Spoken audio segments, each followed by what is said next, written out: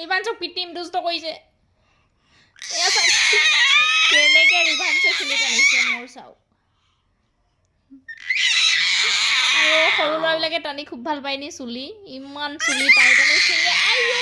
কি ফূৰ্তি তাৰ মানে চুলি টানিবলৈ পায় এইটো পিটিম পিটিম এতিয়া মই ৰিভাঞ্চক পিটিম নকৰিবা পিটিম মই পিটিম আপোনালোকৰ মানে কেঁচুৱাই টানিছিলে নে বাৰু এনেকৈ কমেণ্ট কৰিব দেই এয়া চাওক মোৰ অৱস্থা বেয়া কৰি দিছে চুলি এয়া নায়ে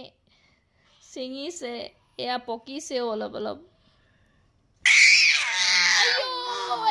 ইয়াক পিটিম দুষ্ট কৰিছে নকৰিবা মই কান্দি দিলোঁ